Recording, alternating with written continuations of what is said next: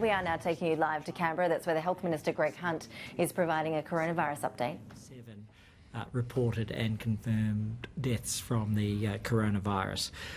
In particular, we know that new cases have been reported in Austria, Switzerland, Croatia. We have an unconfirmed report which we're seeking advice on, of Brazil being included. And as a consequence of increased numbers in Italy, where I think the latest figures we have are 323 cases and 10 lives lost, primarily concentrated in northern Italy, the Australian government, on medical advice, has lifted our travel advisory for northern Italy. So just to repeat, the Australian government on medical advice has lifted our travel advisory for northern Italy. In particular, that is exercise a high degree of caution, level 2 of our travel advisory, for the provinces of Lombardy and Veneto. In addition, with regards to Iran, we already have higher levels of travel advisory for non-medical reasons, but we have issued additional advice with regards to exercising a high degree of caution in relation to any travel to Iran, where we've had an increase in the numbers and significantly high number of deaths, which, as the Chief Medical Officer indicated yesterday, may be a strong guide that the number of cases is greater than those that have been reported. In regards to Australia, we still have had the 15 cases in the general population, and as the Prime Minister said yesterday, all have now cleared the virus and been discharged. I can confirm that we have an 8th case from the Diamond Princess group that have been in quarantine. It is a Victorian man. His partner had previously been diagnosed, so he had already been in quarantine as part of the Diamond Princess and already in isolation, having travelled to Victoria with his partner. So he could not have been in a more contained environment, but nevertheless has now been confirmed.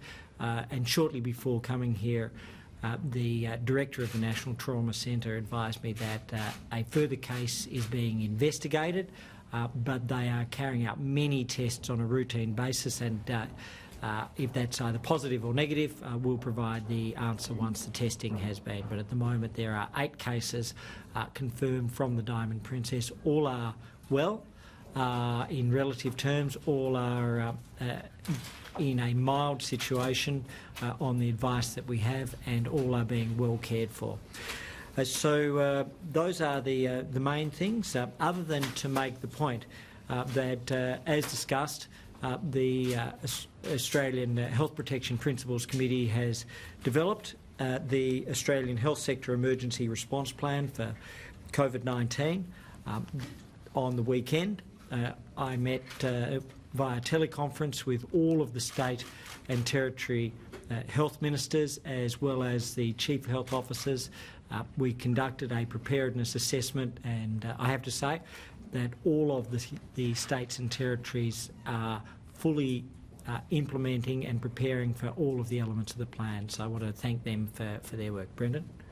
Thanks, Minister. So, as the Minister said, our major concern at the moment is the international situation in those countries which have significant outbreaks, and we've seen further growth in the Republic of Korea and in Italy, and obviously that presents a risk to spread to other countries. And our concern now is the number of countries outside of China, making it more likely that we will have further outbreaks in Australia. But as the Minister's also said, we are still contained in Australia. We have no community transmission of this virus in Australia, and that's a really important message for the public, that there is no reason to change anything you do, wear masks or behave in a way that is different from normal. But we are preparing. We are preparing because of the developing international scenario, and we're working very closely with the states and territories who run the public hospitals, with primary care, the general practices. Aged care is a big part of our plan, and obviously we are working on the basis of the plan the Minister talked about. That plan has to be flexible. It has to be flexible because we don't know if we do get further outbreaks here, what form that will take, how many people would be involved, how easily it will be contained, how easily we would be in isolating people. So the plan is very focused on flexible response, and it's also focused on proportionate response. So if we don't know what sort of severity this virus will have when it spreads into other countries, we're getting a better picture at the moment. We know that the majority of people who get COVID-19 have a very mild disease.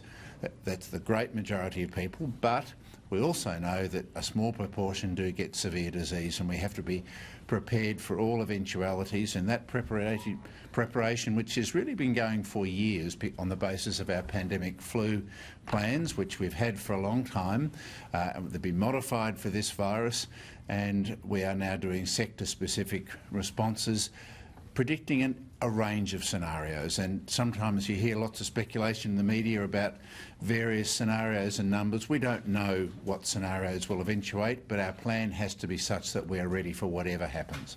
Thanks. You have produced a plan. This thing, yeah, it's quite interesting reading. In some senses, it's quite shocking. But can you take us through if a pandemic is declared, and it's not, this would be a matter for who to decide.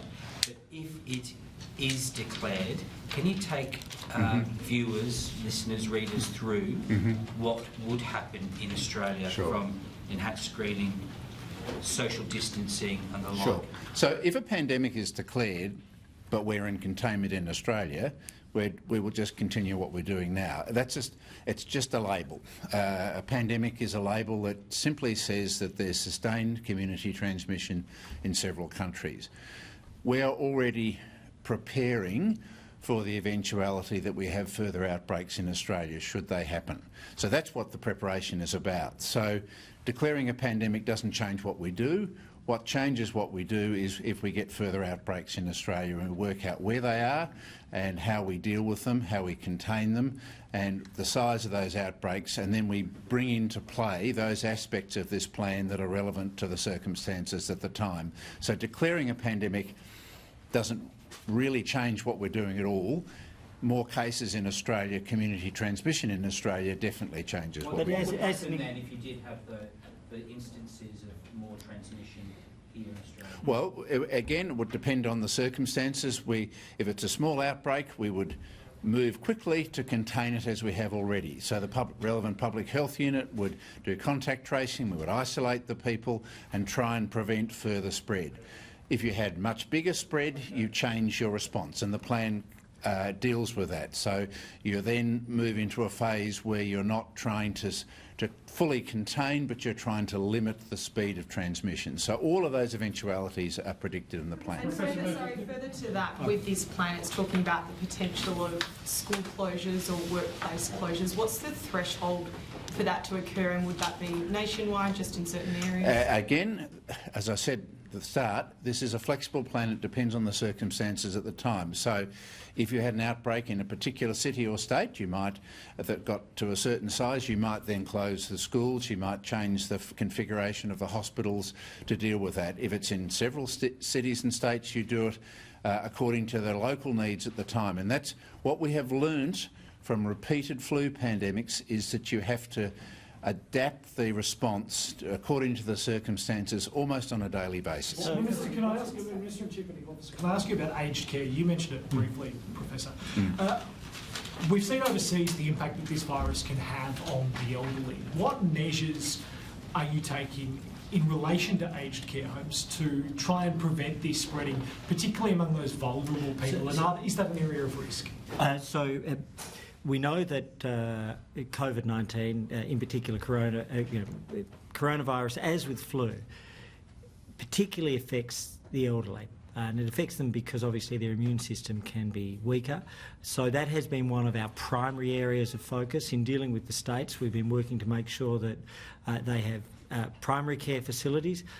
The Department of Health has been in direct contact with aged care facilities, and what we are focusing on at the moment is a number of things. Firstly, that there are the containment processes to help prevent in terms of the safety, the processes with regards to hygiene at present. Secondly, that if there were an outbreak, there's an awareness and the ability to identify, isolate and then ensure that the other residents are safe. And so that's been one of our highest priorities, because it is an area where we know that with the flu season in Australia, that has not uniquely but overwhelmingly had its most significant impacts on our older population. I know it's a difficult question, but conceivably, how long could this crisis continue?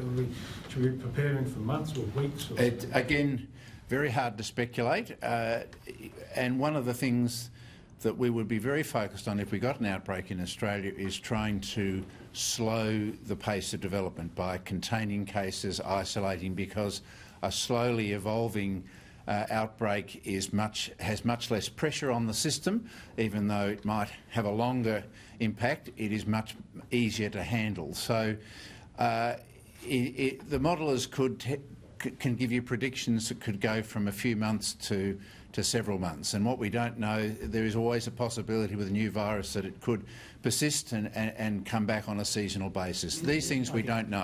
Ellen, then Dharma, then yourself. Ellen? So, Minister, as part of your planning or preparedness on this, have you considered the possibility you might have to cancel events that have major crowds like the AFL? So the possibility of events is always there, but that is a last resort. And so the way we think of this is as rings of containment. And so there's a very well thought through plan which we've enacted in relation to those community transmission cases. And I think that is important to recognise that at this point, although we are not immune to the virus, we are well prepared. We are as well prepared as anybody, and we've implemented that already. And so the idea of rings of containment is with individuals, families or affected units. And if we can contain those, then we can limit the impact. So what we've done, as you would hope that a government would do, is to prepare for all eventualities. But so far in Australia, we have contained the virus on the official medical advice of the AHPPC. But this plan is about saying we're not immune, but we are as well prepared as anybody in the world.